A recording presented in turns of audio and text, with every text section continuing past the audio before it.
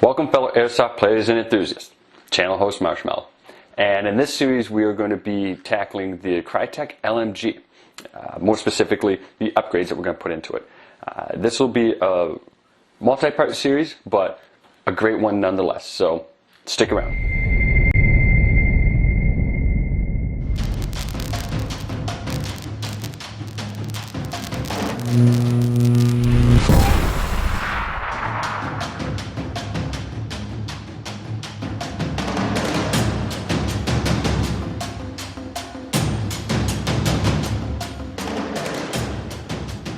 Okay, so I've reshimmed the gears. It actually was much faster in this gearbox than the previous ones I had, so kudos to Krytac on that.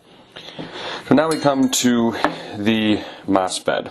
I'm going to put in the Aster. This is the second one that I put in, second purchase rather. The first one went into my bolt and I loved it. First is your gearbox stickers and your selector plate stickers. Now, depending on the selector plate, if you have an all black one, you're going to need to use them. Now, just a brief overview. What you'll notice is with the different stickers, the thicknesses, and what that has to do with, if you see in the yellow circle, you've got those three sensors, and each of them are for the specific settings. So, working from left to right, you would have like your safe, semi, and then full auto, or however you set up each click.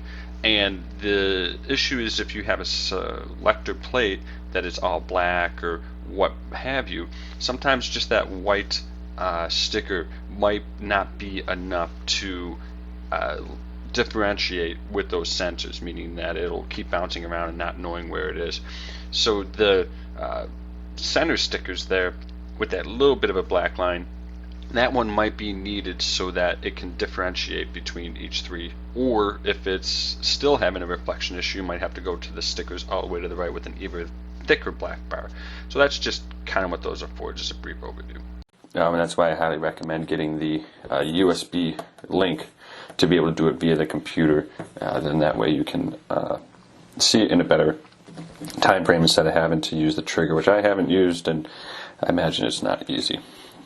So those I won't need, at least because this my gearbox here, it's got a silver backing or metal backing, so I think I should be okay. But the gearbox ones I will need here. That being said, I already wiped down the inside. Usually if there's any grease or whatnot, you want to make sure that that is out before you do it. I'm going to set this out the side for now to get it out of our way. To mount this in, you get two different mounting sets. You get your 2 and your 2.5. That's going to be the size of the screw as far as coming into your plate. Now, in this general area of your gearbox, right about here,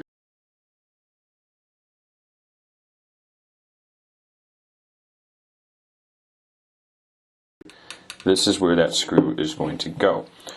And on the Aster itself, but there's a little arrow right here and a big circle. That's where that screw goes to help you with the lining up process. You'll also notice with the screw set there will be 3 washers. There will be 2 that will have like a stainless steel kind of look to them, and 1 that will be black in color. This is more of like a rubber one.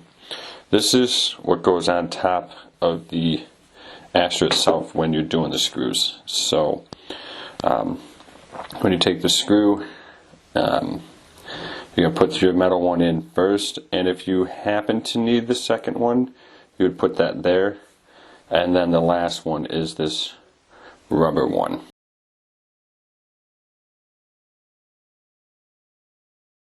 And then that keeps from the metal touching the circuit board. This bad boy fits right in here very nicely. Okay, so I was able to get that put into place. The couple things you're going to want to take note when you're putting this in. One, that screw, you don't want to over tighten it. You just want to snug it up enough to where this isn't going to move. And the second thing, try to get the glare, there we go, is pay attention when you put this in that you have equal distance around the bearing here. Because if you have it off to one side like this being too far down, or too far up in any given direction, it can throw that sensor off. I noticed that actually when I was first tightening it down, this was almost touching the bearings. So just a minor note to take with that. So now I got that, go ahead and get these wires put in.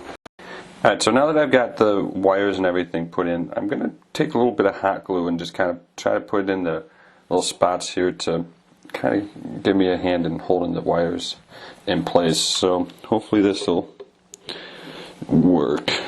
I won't really necessarily call it a tip because I'm sure many times we've opened up your gearboxes you probably have seen hot glue used before, but just something I thought about doing on this one just because they're not really sitting the best for me. So now we'll focus on the other side of the gearbox where we need to put the gearbox sticker. Now before we get into that, if you can hit the subscribe button, hit the like, leave your comments. They're important to me. It helps give me some good feedback on things that I can improve or things that you all liked. So without further ado, let's get right into it.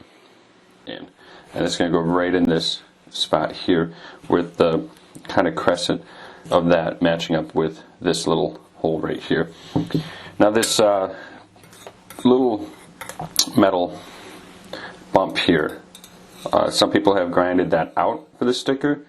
I think it'll be fine, but what I will do just to help it is put a little bit of super glue. Now according to the thing, it needs to be somewhere about here. The super glue is just going to be that extra little bit to help it. The sticker is now put in. I did have to use just a tad bit of super glue because even without this bump, just the way this metal is, it just did not want to stick very well. So I just threw a little bit of super glue on there and that's holding in place. Refocusing back on this part, I went ahead and put the trigger back in. It's a pretty simple spring. And just to make sure that the wires down here were down far enough, which initially they weren't, so I had to push them down a little bit, but now that is good to go and functional. The sensor is, hopefully you can maybe see it, but it's like right about there, and that's what the trigger, this top little bit right here, that's what will cross over to it to hit that signal. And the reason we have this there is so when that signal is bouncing back, it can sense when it's been interrupted. Gears were already shimmed earlier. What I am going to check right now is the sector gear with the shim, just to make sure that it is above the Aster enough that's not grinding on it, which I don't think it would be, but no, we're good to go. And then the other thing I'm looking for underneath, what trips between these two sensors, there's this little bump right here. This is typically what catches on your semi-auto, that little unit that we took out earlier, and this is usually what catches on it. The Aster also uses that to sense the same thing. But as it looks right now, it looks like it's good to go.